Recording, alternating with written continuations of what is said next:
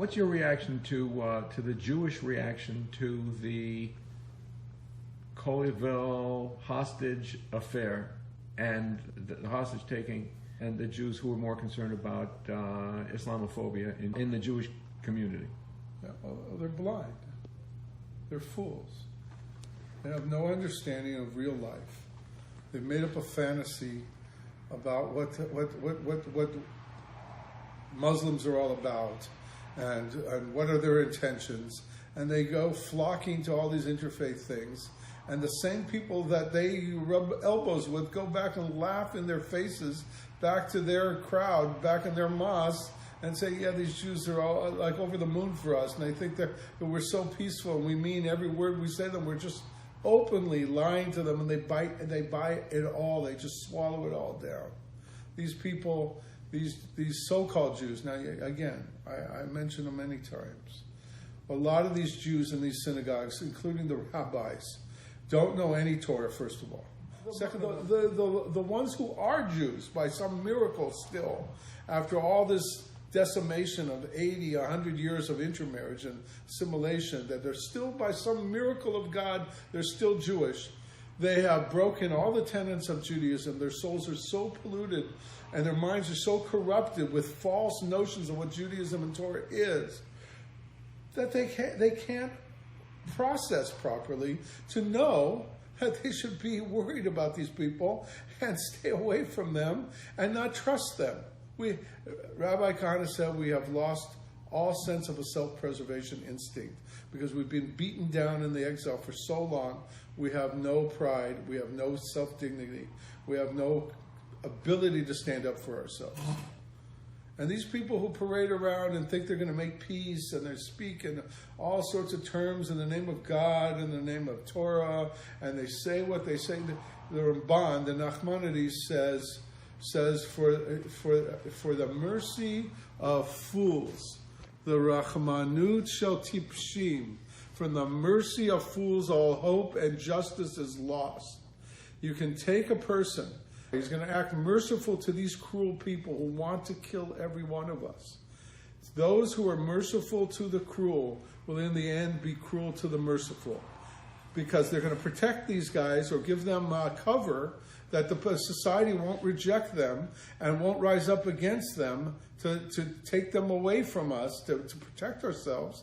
So therefore you're exposing all of the Jews, all the decent people in the world, Jew or Gentile, to their attacks. I said months ago when the BLM and the Antifa things were raging all over the country, I said the Muslims are in their ranks walking around with them on these protests, riots, and they're just chomping the bit to get going for themselves. And this event is one of those opening salvos of the next round in the phased liberal fascist takeover of America and the world. They're going to unleash these Muslims all over the place to burn everything down.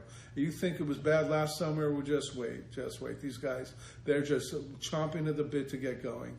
And they have plans. I once talked to a rabbi who was talked to with a group of rabbis in New York, important rabbis in New York, and they all sat down with the FBI and the NYPD, and they said, Rabbi, we can't protect you.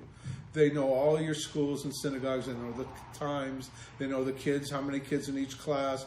We can't protect you. It's too late. They know everything. They've surveilled everything. They've gathered intelligence. They're ready to go. They have unlimited amount of weapons stockpiled in their mosques, in their basements, and we have nothing. That's not the FBI in New York cop talking. That's me talking. We have nothing. You could go around this country, and if you could rub two guns together in any synagogues compared to the arsenals. Synagogues have security guards with guns? Okay, fine. I'm talking about stockpiling weapons in case all hell breaks loose. What are you going to do? A little pop gun from a guard outside, and they come with Uzis? Well, what are you going to do? What are you going to do? Some congregants carry guns. Fine.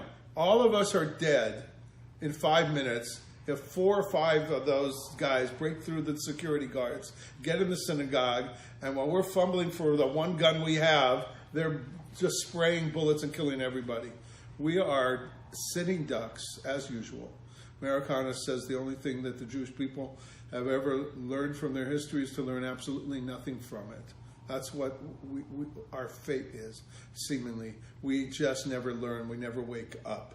And therefore, if they have Uzis, we should have Uzis. In Israel, they have guards with Uzis protecting buildings, on top of buildings, on schools, on synagogues. They're walking around. It's a necessary thing nowadays. This thing in Texas tomorrow could be everywhere in the country simultaneously. Next Shabbos, God forbid. Whatever, on a Yontif. It's just a thing that's real. And people are in denial. They won't do it. And one guy told me, he says, yeah, we know. I said, why should that one little kid in the school die before you guys will do the right thing to secure your schools and your synagogues and your businesses properly in the markedly, obviously Jewish centers, population zones? Why don't you protect yourselves? And he says, well, we're not going to protect ourselves. We'll just pick up the pieces and go on like we always do. He was resigned to the fate that, yeah, I know terrorism is going to strike us one day. We've been getting away with murder since forever. It's going to be all right. We're going to live through it all and never get attacked. No, we know eventually it'll catch up with us, but that's the reaction. What can we do? There's nothing we can do about it. Instead of taking serious matters into our own hands. Now, the one serious matter that we should take into our own hands is that we have to get out of here already. It's enough already. Why shouldn't there be one place where we get out safely? Why do we have to wait till we're slaughtered, till we crawl out of here with blood-soaked clothing and limp back to Eretz Yisrael or to another place to start over again? Why can't we learn from our history that everywhere we've been, after a couple of 100 years, it's ended miserably, and we go home? Why can't we cash out now and go home? And of course, the answer is, besides not wanting to give up the comfortable life or really admit that things have changed drastically in the last 20 years, that you can't, if you would look at life 20 years ago and say, nah, it'll never be like it we see it today, and you would really see the dichotomy, nobody would want to stay here anymore, because they would see it's like night and day what's happened here. It's a nightmare now, and it's just getting worse. Every year it gets worse. But they're evil, and they're trying to decimate us, and unless we wake up, we're finished. The world is finished. Humanity's done, and it's time. Last call. Right? You go to a bar and they say, last call, gentlemen. Okay, well, I'm saying it right now. Last call, human race. Either you wake up and fight back, or we're finished. And have a happy Tu B'Shvat too.